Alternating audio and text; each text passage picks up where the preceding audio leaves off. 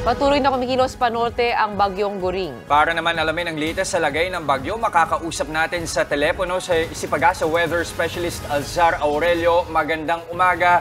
Alzar, nasa na ang bagyo at magla-landfall ba ito? Magandang umaga sa inyo, Ms. Gretchen, Jeff, at ganun din po sa lahat ng taga-subaybay. Ngayon ay nasa East Philippine Sea pa rin itong sentro ng bagyong Goring, nasa layong 210 kilometers, silangan ng Kasiguran, Aurora. Inaasahan po natin itong kikilos pa January northwestward at inaasahan po yung tatahakin nito patungo sa Taiwan, Batanes area. Tama po kayo, bagyong humina itong bagyo from super typhoon, naging typhoon ho siya. Malakas pa rin itong bagyo at ang lakas ng hangin nito ay umabot sa 175 kilometers per hour.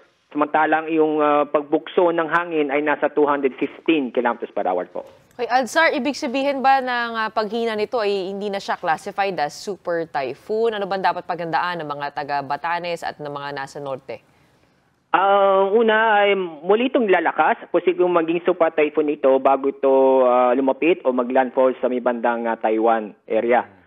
Typhoon pa rin siya, so malakas pa rin itong bagyo, si Goring. So di dapat tayo maghanda pa rin, patuloy pa rin tayo mag-ingat kasi malakas pa rin itong bagyo. Hindi lang po yung malakas na hangin dalan nito, pati na rin po yung malakas na pag-ulan at itong dala ng bagyong Goring.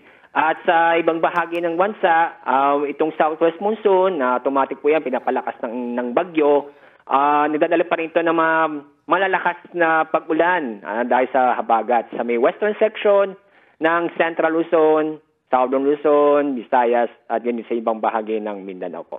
Okay, siguro tanong na rin natin, Gretchen, Alzar, kapansin-pansin na medyo napapadalas yung super typhoon. Bakit nga ba? Paano ba natin ipapaliwanag ito? Una sa lahat, may epekto yan sa ating El Nino. Kaya po, itong mga bagyo na ngayong taon ay nagiging madalas umaabot sa super typhoon category dahil sa epekto ng El Nino. At yun yung nakikita po namin dahilan kung bakit nakakaranas po tayong ganitong kalakas na bagyo. May namataan pa tayong isa pang tropical depression, ano? Ito ba may chance ang maglandfall sa Pilipinas o lalapit lang sa Philippine Area of Responsibility? Posible po, pero magbabago pa rin yan yung pagkilos itong nasa labas ng par. Isa siyang tropical depression. Kasalukuyang ang layo nito ay nasa 2,350 kilometers silangan ng Northern Luzon.